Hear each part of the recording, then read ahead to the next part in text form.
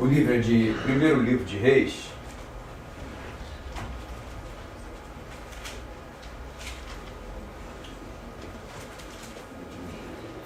Primeiro livro de Reis, capítulo de número 19. Prometo aos irmãos que não vou me alongar, até porque não é por muito falar, eu vou convencer a ninguém. Mas, quando nós abrimos o livro de Reis,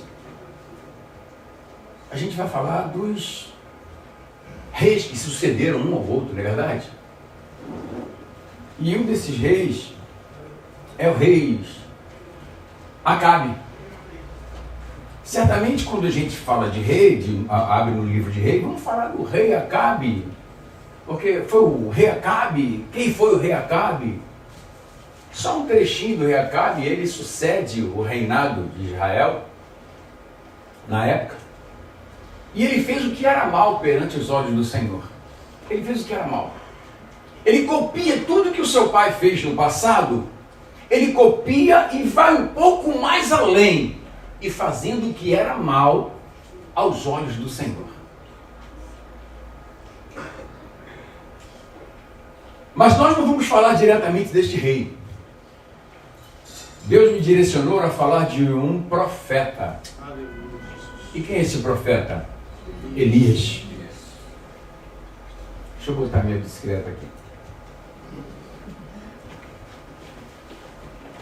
O livro de primeiro livro de Reis, no capítulo de número 19, o versículo de número 4, diz assim a palavra do Senhor.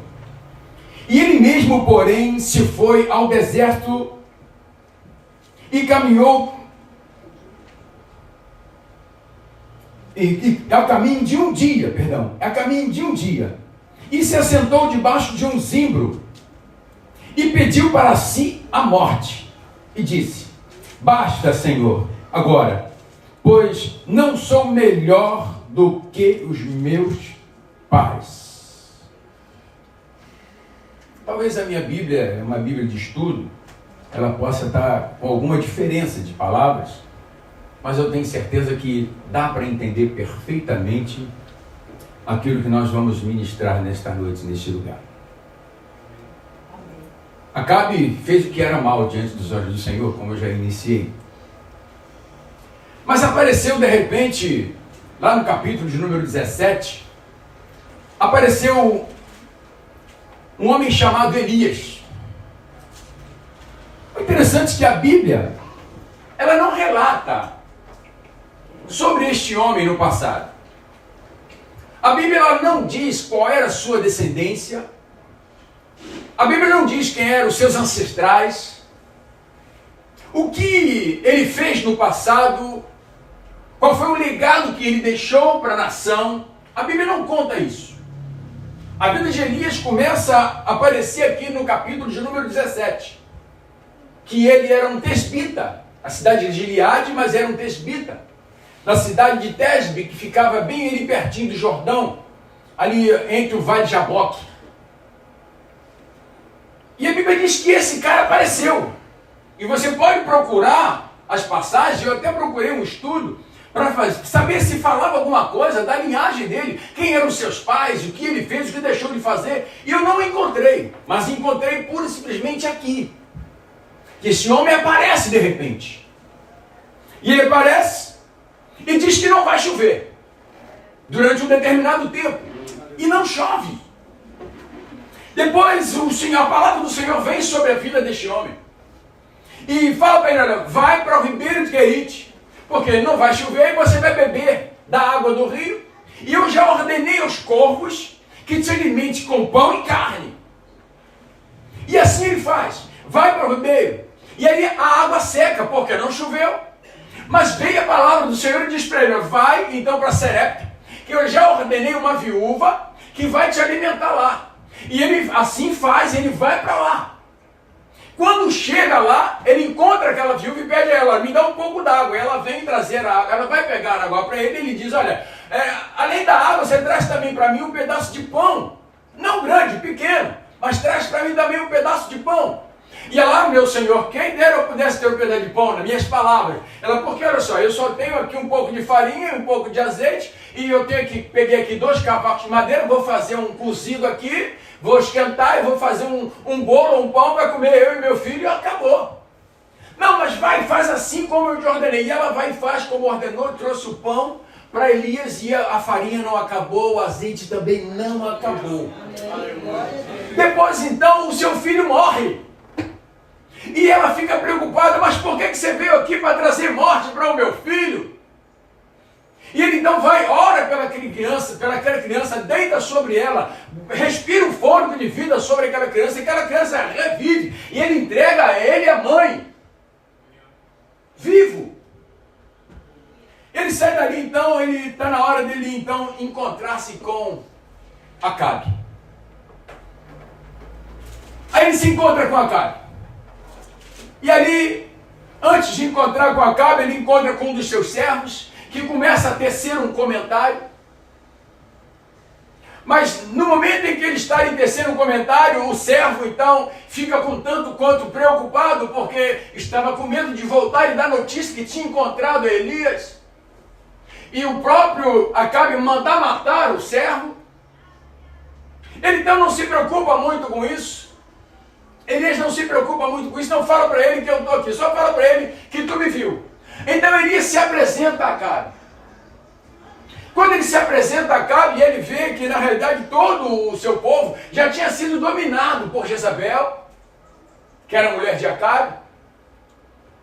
E ele se sente sozinho naquela situação. Ele olha, se prepara porque vai vir chuva.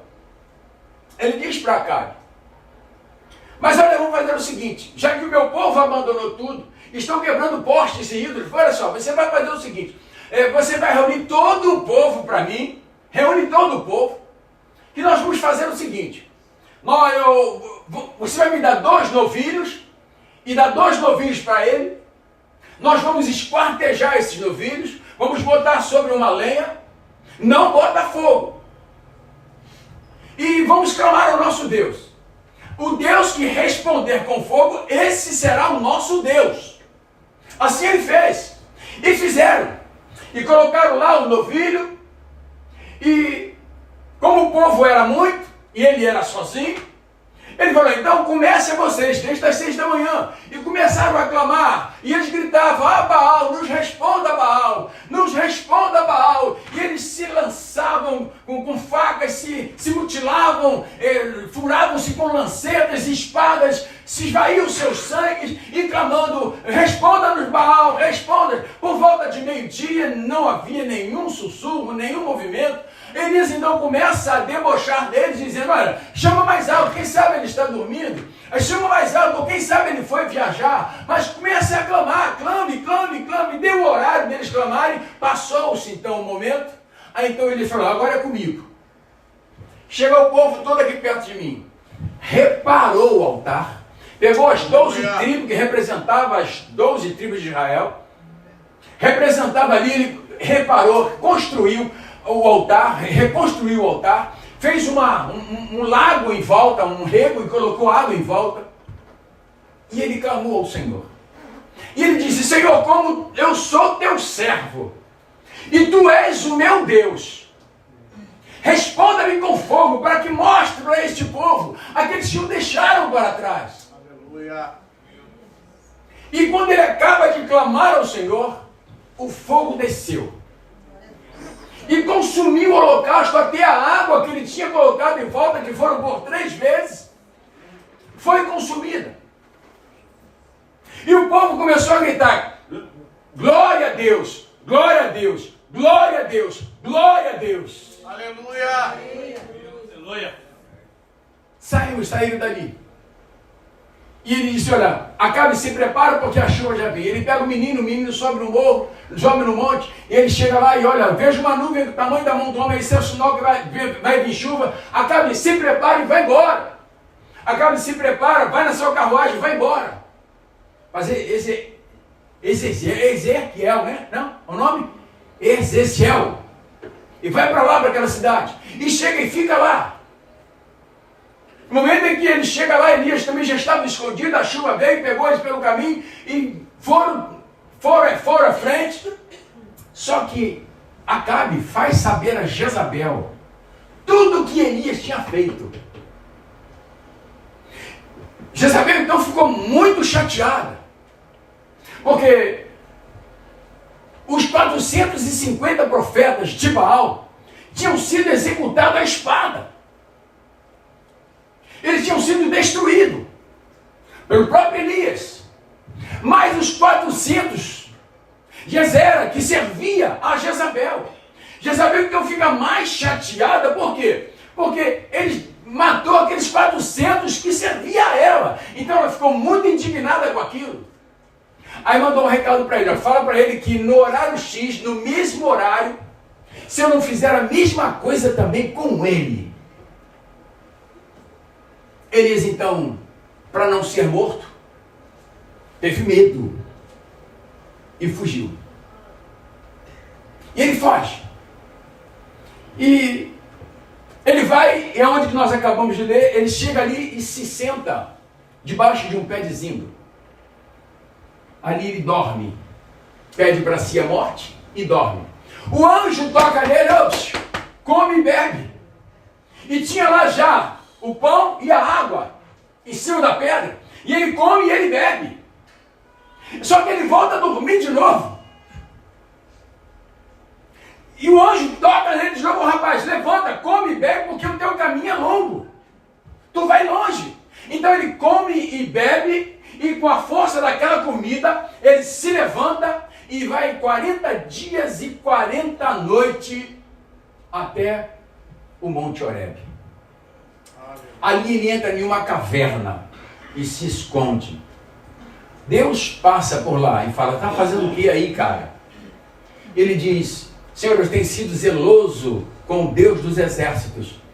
E seus profetas derrubaram postes e ídolos e mataram a todos. Só sobrou eu e estou aqui e eles ainda querem me matar.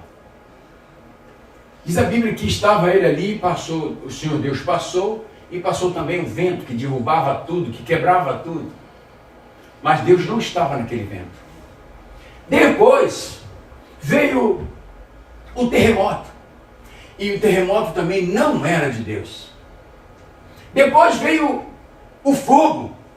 Aquele fogo também não era o fogo de Deus. Mas veio uma voz mansa. Aleluia. E falou com ele. E essa voz era de Deus. Pastor, muito bom. Eu conheci um pouquinho mais da vida de Elias. Pô, foi show, gostei. Conheci bastante. Eu vou até procurar me aprofundar um pouco mais nessa palavra aí, né? Porque, poxa, foi legal, gostei. Mas agora eu pergunto. Ou quem sabe você que está desse lado deve estar se perguntando. Qual a lição moral ou a lição espiritual que nós podemos tirar desse texto para as nossas vidas hoje? Hoje estamos vivendo um verdadeiro caos. A vida que vivemos hoje é uma vida difícil. Os problemas têm surgido sobre as nossas vidas. E as dificuldades são dificuldades estarrecedoras, que englobam as nossas vidas. Vem como se fosse um rolo compressor, tentando nos esmagar e nos tirar da presença de Deus. Nós estamos atravessando dificuldades. Mas qual a lição que nós podemos tirar desta mensagem que nós narramos aqui há algum pouco tempo para nossas vidas hoje? Eu olhando para esse texto e comecei a entender. E eu peguei aqui pelo menos 3 verdades de Elias. Eu queria passar para você essas 3 verdades. Primeira verdade. Os sentimentos de Elias não eram diferentes dos nossos. Ele era um homem comum. Ele tinha direito a ter medo. Eu já ouvi alguns pregadores dizerem que ele foi covarde, ele se acovardou, ele fugiu, depois de matar 450, ou melhor, 850, os 450 mais 400, os 850 profetas. Depois de ele matar todo mundo, ele foge com medo, ele foi covarde. Não, Elias tinha o mesmo sentimento que o nosso. Nós também temos o direito de temer. Nós também temos o direito de fugir da situação. Porque muitas vezes nós não fugimos da situação e queremos enfrentar a situação com o nosso próprio conhecimento, pela nossa própria força, às vezes talvez até mesmo por aquilo que nós temos no bolso, e se demos mal. Elias tinha o mesmo sentimento que o nosso.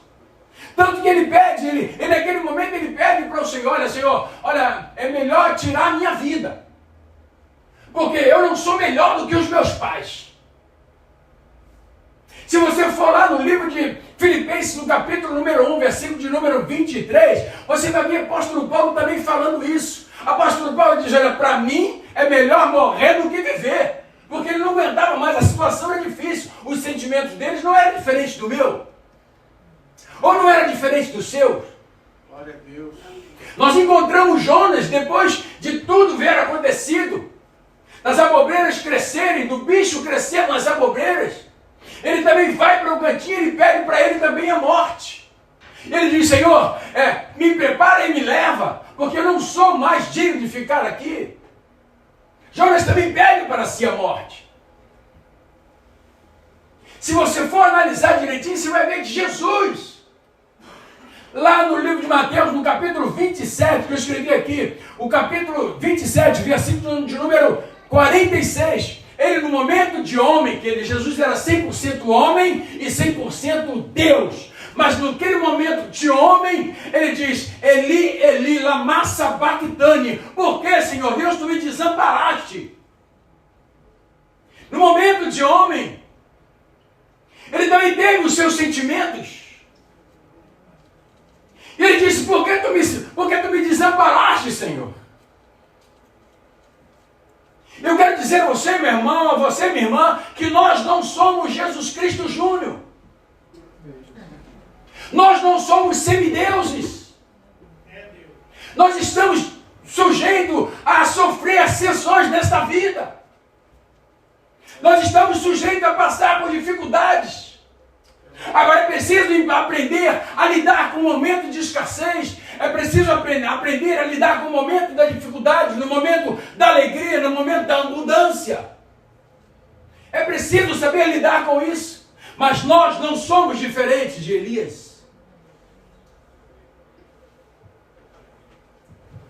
Aleluia. Glória a Deus. Glória a Deus. A segunda verdade de Elias. A segunda verdade é que Deus sempre vai abençoar a tua vida. Não tem jeito. Deus sempre vai te dar um livramento, Deus sempre vai abençoar você. Deus sempre vai fazer isso. Elias estava lá, deitado. O anjo do Senhor toca. Deus deu para ele a oportunidade de dormir. Olha só, ele dormiu. Deus deu para ele a oportunidade de se alimentar. E Deus dá para ele a oportunidade de ter uma experiência espiritual. Olha que coisa linda. Ele estava deitado, dormiu. Deus lhe deu essa condição. Depois Deus toca nele, ó rapaz, levanta e come e bebe. Ele comeu e bebeu. E depois, olha, sai, porque o teu caminho é muito longo. E ele vai ao caminho de 40 dias e 40 noites, até lá o Monte Horebe. E ali ele tem as experiências. Quais são as experiências que ele teve ali? Primeira experiência. Ele estava na caverna. Aí veio o vento. O vento era aquele que trazia más notícias. Era um vento que trazia decepção. Era um vento de mentira. Era um vento que traziam más notícias, como aquelas que diz, olha, não tem mais jeito. Você já perdeu a batalha. Você não vai mais conseguir. Você está frustrado, frustrada. Para você não tem mais jeito. Não adianta orar. Meu Deus. Nós estamos atravessando tempos assim, em que vem ventos que não são ventos de Deus, que vêm nos nossos ouvidos, que passam por nós e vêm trazendo essas más notícias, dizendo que você não vai passar na faculdade, você não vai conseguir um emprego. São ventos que trazem notícias ruins. Mas aquele vento, meu irmão, eu quero que você aprenda isso. Aquele vento não era de Deus. A outra experiência. Veio depois o terremoto. O terremoto é aquela prova que tudo sai do lugar. Nós viramos de cabeça para baixo. É como se o chão fosse se abrir e nós fôssemos ser engolidos por aquela abertura. O terremoto, ele desestrutura a base do ser humano. O terremoto, ele desestrutura a tua base, minha irmã, a tua base, meu irmão. A hora que você se afirma pronto para alcançar os seus objetivos, mas vem esta prova chamada terremoto e acaba contigo. E tira você da posição de estaca ou de pilastra, como vocês querem. O terremoto é uma dessas provas que desorganiza a vida do crente. Mas Deus não estava naquele terremoto. Pensando que estava tudo certo, acabou, está tudo tranquilo, está tudo bem, está tudo muito bom, está tudo muito bem. Não! Vem uma outra prova. Aí vem fogo. O fogo é aquela prova que, quando você pensa que está tudo certo, que está tudo direitinho, começa a levantar uma labareda. É preciso entendermos que todo grande incêndio começa de uma faísca. Está dando para entender? Acredito que alguns aqui da minha idade já ouviu falar a respeito disso. Quem nunca ouviu falar do edifício Joelma? Que foi aquele grande incêndio, que centenas de pessoas morreram naquele edifício. Aquele incêndio começou pura e simplesmente de um curto-circuito. E queimou todo o prédio. Quem nunca ouviu falar, agora há uns poucos tempos atrás, na sede do Clube de Regata do Flamengo? Quem nunca ouviu falar? Todo mundo ouviu falar nisso.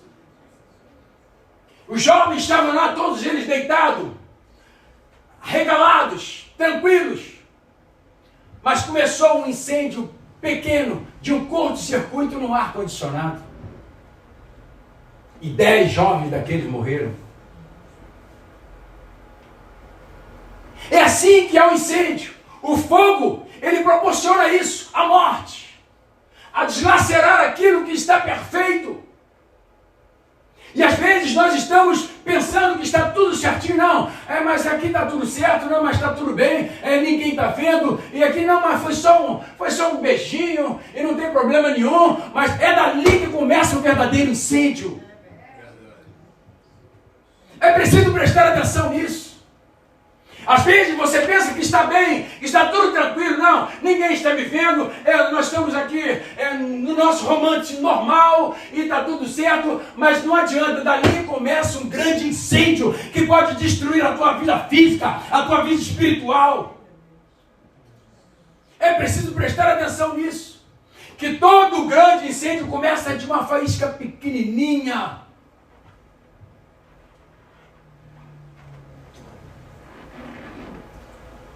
Terceiro ponto para nós fecharmos.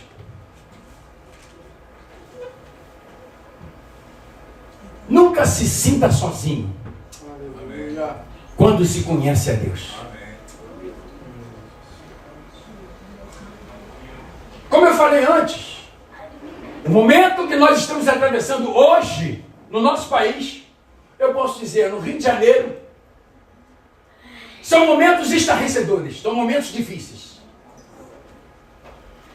Às vezes os problemas são tão grandes que nós pensamos que estamos sozinhos. Nós pensamos que não vai ter solução para o problema. A situação às vezes é tão grande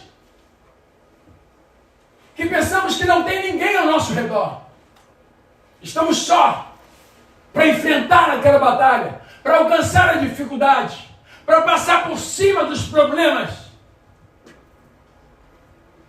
E foi justamente assim que Elias se sentiu. Deus fala para ele: Elias, sai para fora.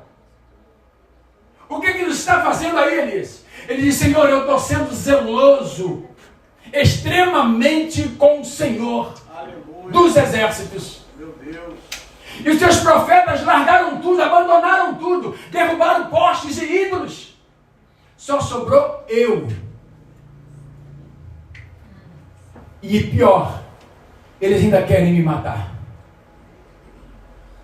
Só que Elias não sabia que Deus já tinha preparado lá na frente 7.000 homens que não beijaram a mão de Baal. Aleluia. E nem se curvaram os seus joelhos diante dele. Já tinha 7.000 pronto para eles. Meu Deus.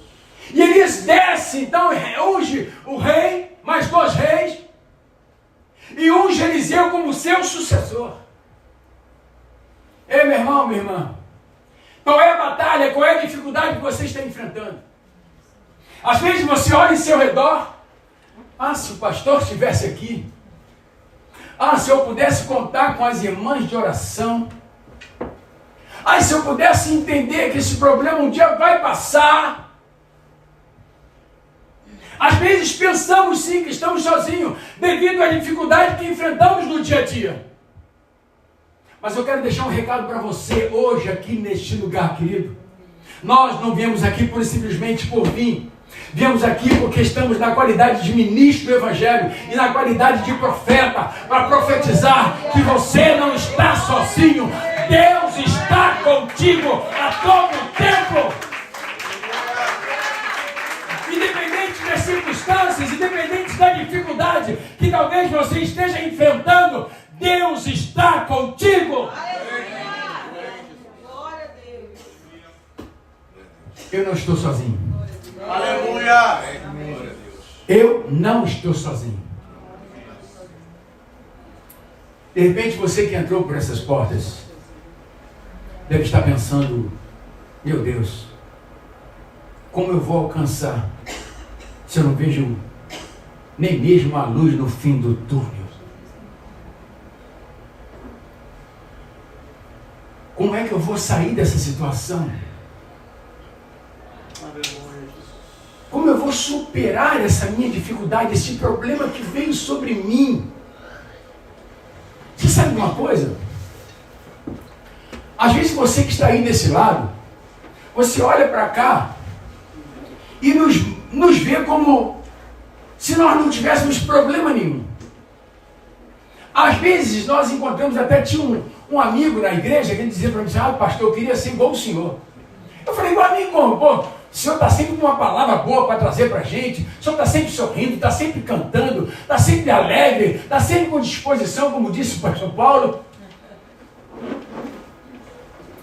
Mas você não sabe que o mesmo sol que aquece o teu telhado aquece o meu. Amém. É, Jesus. As mesmas dificuldades que vêm na tua vida também vêm na minha. Só que nós aprendemos a confiar em um Deus que tudo pode. Aleluia. Nós aprendemos a confiar num Deus que é capaz de suprir as nossas necessidades. E é esse Deus que eu quero apresentar para você nesta noite tão abençoada. Você que entendeu essa mensagem, você entendeu isso. E você sabe perfeitamente que você precisa sair dessa situação perigosa que você está vivendo. Você sabe que está atravessando um vale difícil, mas não está encontrando nenhuma alternativa para sair, para mudar o caminho. Você não está encontrando. Eu vim aqui hoje, na qualidade de profeta, para lhe apresentar a Jesus Cristo como Senhor. Não somente como Senhor, mas como Salvador da tua vida. E você, meu irmão, você, minha irmã, que talvez esteja enfrentando essa dificuldade, não, mas eu já recebi a Jesus, eu já recebi a Jesus como Senhor da minha vida. Mas os problemas continuam. Se preocupe não, que isso vai passar. Isso vai passar. Aleluia. Mas eu quero convidar a você que entendeu essa mensagem, que não está encontrando força o suficiente, você saísse do seu lugar, viesse aqui à frente. Nós estamos aqui para estar abençoando a tua vida, meu irmão. Aleluia. Nós estamos aqui para estar abençoando a tua vida, minha irmã. Nós viemos aqui para dizer para você que você tem jeito sim, que ainda há solução para os seus problemas. Glória. Nós viemos aqui para profetizar que você não está sozinho, você não está sozinha. Pode vir para aqui, meu irmão. Pode vir para aqui, não. Eu quero dizer a você, não se envergonhe nisso, não. Não sei, não, as pessoas vão ver eu indo lá na frente, e daí? O importante é que você alcance os seus objetivos e saia daqui com a vitória nas tuas mãos. Isso é que é o mais importante. Aleluia. Quando Elias reuniu aquele povo, ele foi bem claro. Ei, até quando vocês vão estar cocheando entre dois pensamentos? Se o Deus de vocês é Deus, então siga Deus. Ou se o Deus de vocês é Baal, então vai seguir a Baal. Amém. Mas eu sei que o Deus que vocês servem é o Deus que pode mudar circunstâncias. É o Deus que pode mudar os caminhos em que vocês estão vivendo ou seguindo. Aleluia. Você que entendeu isso Aleluia. e que precisa sair dessa situação, ainda está em tempo. Eu tenho 5 minutos.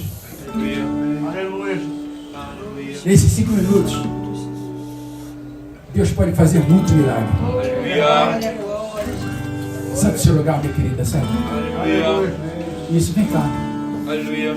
Glória. Vem aqui, vem aqui.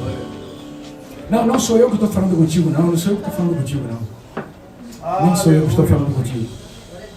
O Espírito Santo de Deus está falando ao seu coração. Pode chegar para cá, por favor. Pode chegar para cá, porque vai vir mais gente. Aleluia. Pode chegar para cá, pode chegar para cá, porque vai vir mais gente. Pode chegar. Aleluia. Deus, eu sei que tu está falando o coração do teu povo.